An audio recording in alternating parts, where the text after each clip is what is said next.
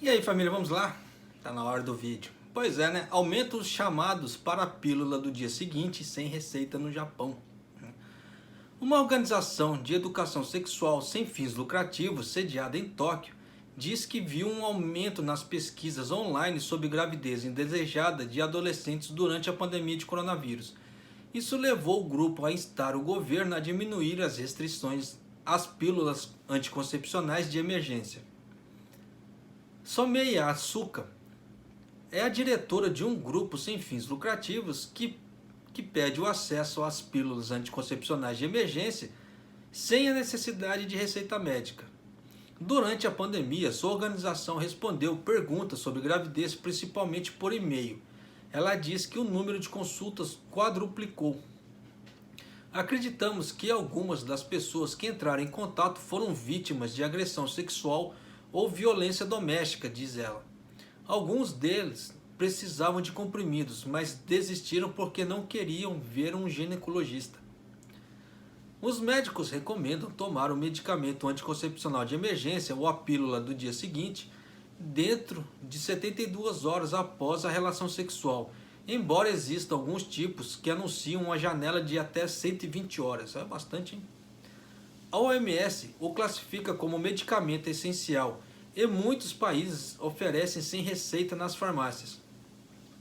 Os reguladores japoneses aprovam o uso da pílula com receita médica aprovaram em 2011, mas o Ministério da Saúde recusou a exigência de que ela fosse vendida sem receita, alegando que a educação sexual japonesa ficou atrás da Europa e dos Estados Unidos. Autoridades disseram que isso torna mais provável que a pílula seja mal utilizada ou abusada. M. Sakiko, obstetra e ginecologista, diz que essa afirmação é amplamente improvável e torna irrelevante de qualquer maneira pela natureza crucial do medicamento. É necessário em casos de estupro, diz ela. Não importa o quanto a educação sexual melhore, ainda precisamos estar preparados para esse cenário de pior caso, que pode acontecer com qualquer pessoa. Precisamos de uma sociedade na qual todos possam ter acesso às pílulas anticoncepcionais de emergência. Em outubro deste ano, o grupo da Someia apresentou uma petição ao Ministério da Saúde pedindo acesso sem receita às pílulas. Eles coletaram mais de 100 mil assinaturas. O grupo faz parte de um coro de opinião pública que pressiona o governo a agir. O governo Suga apresentou um plano para promover a igualdade de gênero no dia 25 de dezembro, e o acesso anticoncepcional de emergência sem receita é uma das questões incluídas. Uma pesquisa do Ministério da Saúde mostra que 160 mil mulheres fizeram aborto no ano fiscal de 2018. Adolescentes e mulheres nas casas dos 20 anos foram responsáveis por metade desses casos. Naquele mesmo ano, 41% dos casos de abuso infantil que resultaram em morte envolveram bebês que ainda não haviam completado o primeiro aniversário. Someia diz que a gravidez indesejada é um dos fatores por trás desse número de aborto e abuso infantil, e diz que é essencial aumentar a escolha e criar uma sociedade onde as mulheres possam viver sem preocupações. Então dá para vocês terem ideia de como está a questão da pílula do dia seguinte no Japão. Eu havia gravado um vídeo falando sobre isso um tempo atrás, mas você vê que o Japão ainda está segurando.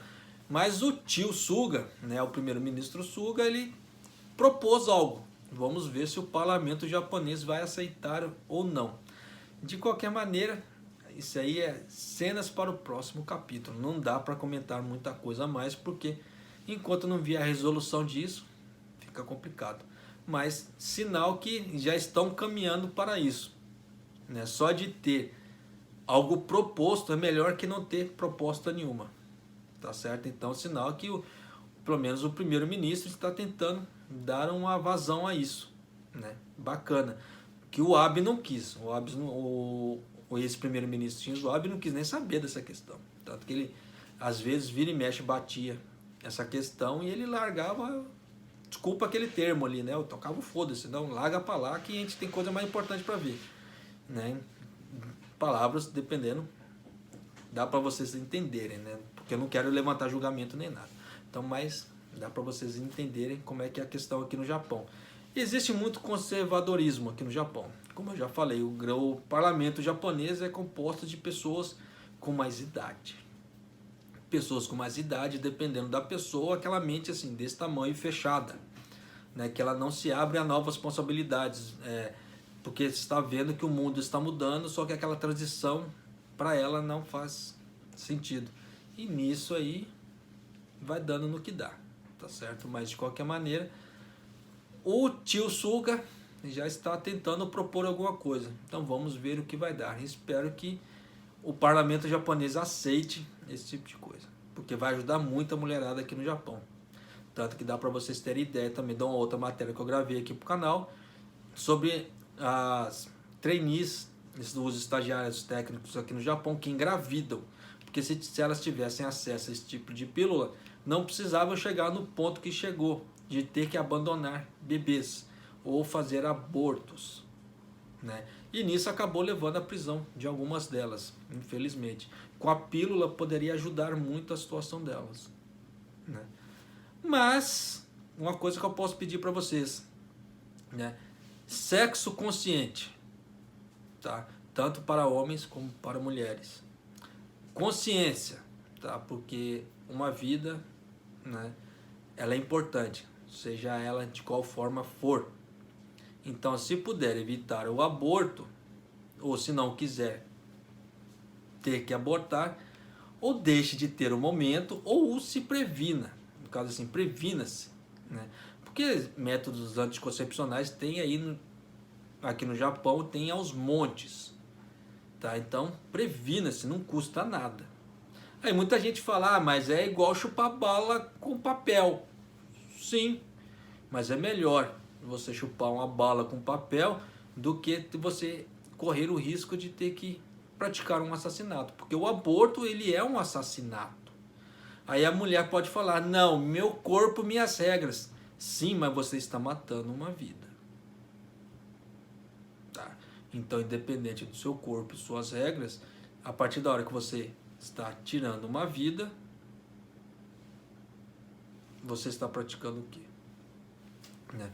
Mas cada caso é um caso, cada cabeça é sua sentença, tá? Esse é meu ponto de vista. Vai ter pessoas que vão discordar de mim, isso com certeza. Eu acho saudável, sim, a discordância de opiniões. Porque, como é que se fala assim, o mundo seria muito chato se tudo fosse rosa, se todo mundo concordasse com a cor rosa, por exemplo. E se não houvesse a discordância, não teríamos chegado no patamar de tecnologia que nós chegamos aqui. Porque toda pergunta, né, tem seus questionamentos, e aqueles questionamentos levam a erros e acertos.